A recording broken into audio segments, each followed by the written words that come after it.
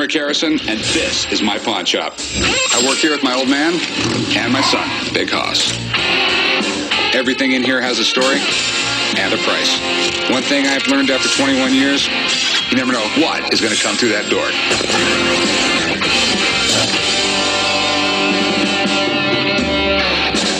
Okay, let's go. Hey, Rick, this is Carl. I grew up in Las Vegas. I lived there for 23 years. I worked for Steve Mack over at Super Pawn. Are you familiar with them? Yeah, I am. My competition.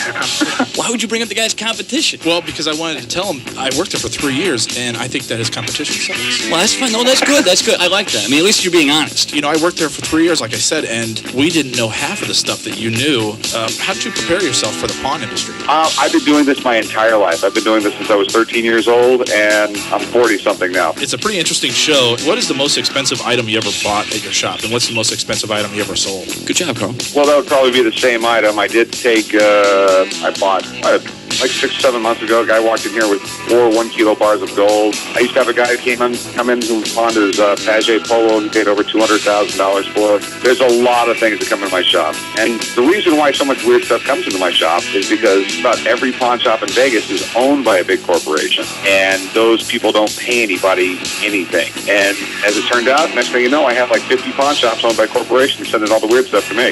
Well, I got a quick question on that. Do you ever get any pressure, or have you ever been leaned on to try and sell out to a bigger group or a bigger organization? Not leaned on. I always get offers, and I always say no thanks. I mean, because I love my wife, but I couldn't hang out with her every single day. Do you find that a lot of people are coming to you because you are actually letting them know what the actual value is of their item now, because they see you on TV doing it, as opposed to other pawn shops that are secretly keeping that to themselves and then offering them, giving them a lowball amount? Well, that's why I think I've been so successful, is because if you're really honest with people, they'll come back and they'll tell their friends. If you rip them off, they're going to tell all their friends. And that's why I have probably one of the oldest pawn shops in Vegas. I'm probably the largest. I definitely have the most customers and the weirdest stuff. What's the weirdest thing you've ever seen come in your shop? How about 200-year-old Japanese porn? Wow. I got something for you. I'm kind of curious. How do you balance? I mean, it's a family show. I mean, from the point of view of the people that are involved in it, how does the balance come about over who's going to be as involved as we see on TV? Because obviously I'm not there when it's happening. I only get to see the finished product. So who determines the balance of how many people we see or who's as active as they are? I have zero directorial control or editorial control of the show. There's a film crew here. They follow me around, and what happens, happens. Wow, okay. Well, then I guess that makes it a very honest reality show, which is kind of rare nowadays. We buy over 100 things a day here. So if you see a show once a week, I mean, you get like the 5 or 6 coolest thing that week. So we kind of get the greatest hits. Yeah. You're not going to see the basic wedding band probably by 20 or 30 a day. You're not going to see, the tools and stuff like that. You're going to see the really cool stuff, weird stuff that comes in during the week. But see, I like that because when you watch the show, some people might assume, oh, you know what, I can never go in there and try and sell my wedding ring because my wife walked out on me. But I like knowing the fact that you guys still operate that way. You still operate as an actual pawn shop, and it's not just some kind of a by-appointment celebrity only, and, oh, if you want to be on TV, you got to tell something really crazy like 200-year-old Japanese porn. I like the fact you guys, if you don't mind me using a tired expression, keep it real. Yeah, I mean, as a matter of fact, I have a security guard here, and he's constantly making that announcement. This section right here over here is for pawn customers only. This is a working pawn shop. It's not just a TV show. And I still do the $5 and $10 loans, too. No kidding? Yeah. Do you personally take those, or are you I take some of them. Yeah, I do some of the work. It's hard nowadays because I walk in the front of my shop and a bunch of people want to take pictures, and I have to start yelling and screaming, you can't take pictures in the side of the shop. What is the most expensive thing Chumlee has ever broken or ruined in your store? There's such a cornucopia of things. He's not allowed to pawn real expensive things. Yeah, just your basic stuff. I had a sandwich shop once, and I put a manager of that. He couldn't handle that, so I have him working up here, and he just does the little stuff. What I'm actually referring to, it came to mind, is the Honus Wagner baseball card. No, that was just a promo we did for the World Series. We would never do that to a Honus Wagner card. It looked so real. I was crying. You cried? You really cried? I was afraid for Chumlee's life. You know, sometimes TV does that. You know, it's kind of a suspension of. I mean, it's like radio. It's like theater of the mind. You got to accept that, Carl. What do you got here?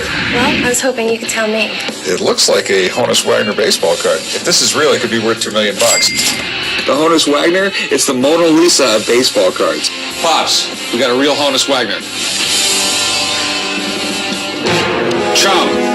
Yeah, it's my drink. Pawn Stars. All new season coming this month on History, made every day. Just a minute!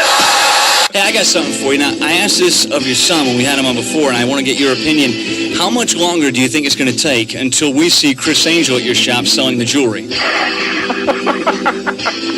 I have no comment on that. I have no idea. All right, I'm just curious. I just wanted to know. My wife is fascinated with him. For a while, I was on the bandwagon, and now I'm waiting to see him on your show trying to get enough money for some McDonald's. That's all. Carl, you can ask the next question. The craziest item you've seen was the 200-euro porn. That's like the weirdest, yeah. When I was working at Super Pawn, we had a guy come in, and he looked like he had been up for 4 weeks straight. He brought us a pair of ripped-up shoes, and he said they were magic shoes. I said, well, what did they do? He said, I'll show you. So he puts them on, and he starts tap dancing. Well, he attempts to, and he falls over and breaks our jewelry case, and it was a spectacle for us. But have you had anything like that happen to you in your... Yeah, have you had an extremely boring story like Carlos happened to you at your shop? I've had plenty of freaks and fairies in here over the years. I mean, my shop's on Las Vegas Boulevard, and it's open 24 hours a day. I've seen everything. When are we going to see a Pawn Stars after hours on Showtime? That'd be a great market for that if you guys could go after hours, like, a midnight to 2 kind of thing. I know you probably can't mention it because maybe there are certain contract things, but all right, you know what? I'm just going to ask anyway. Maybe has another network or another area approached you about doing the show a different way? Yeah, I've been approached by other people, but I'm in a contract with History Channel, and I really, really like working with them.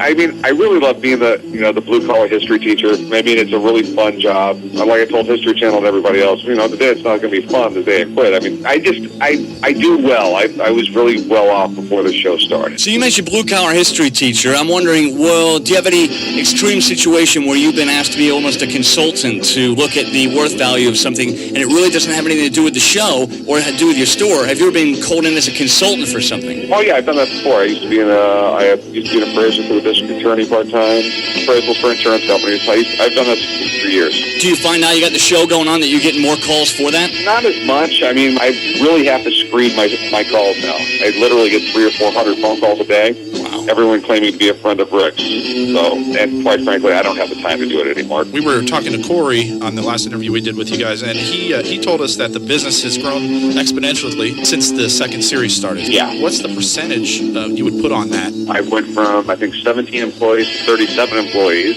I'm actually looking to hire a few more. Well, remember that, Carl, because radio's very shaky. We might need a gig. Hey, I'll go back to Vegas.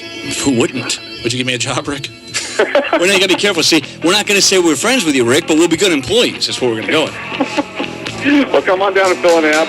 The problem you're going to have is Corey's generally in charge of human resources, so you're going to have to go through him. He said that you were a geek on the last show. Do you have a rebuttal for him? He's really not lying. I mean, I read 3 or 4 hours every night, and I read the kind of stuff that other people would just laugh at what I read. I read books on, like, mathematical probability for fun.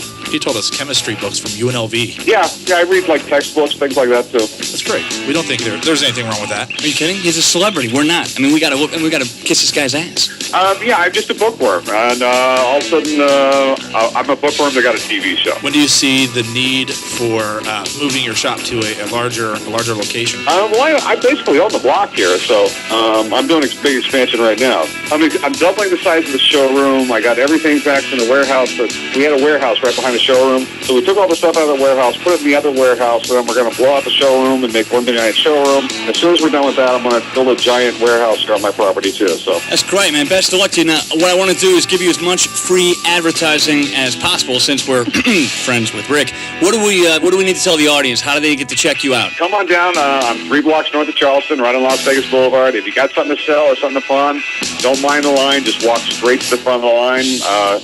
Those kind of customers are always first with me. Do you have any online avenue for selling? GSPawn.com. Hey, thank you very much, Rick. We really appreciate your time, and thank you for joining us on Hip Nights, man. All right. Thanks a lot, guys. Talk to you later.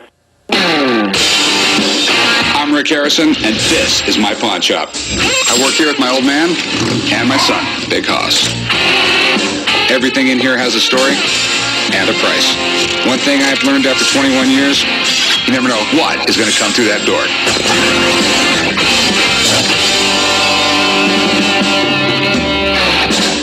Okay, let's go. Hey, Rick, this is Carl. I grew up in Las Vegas. I've been there for...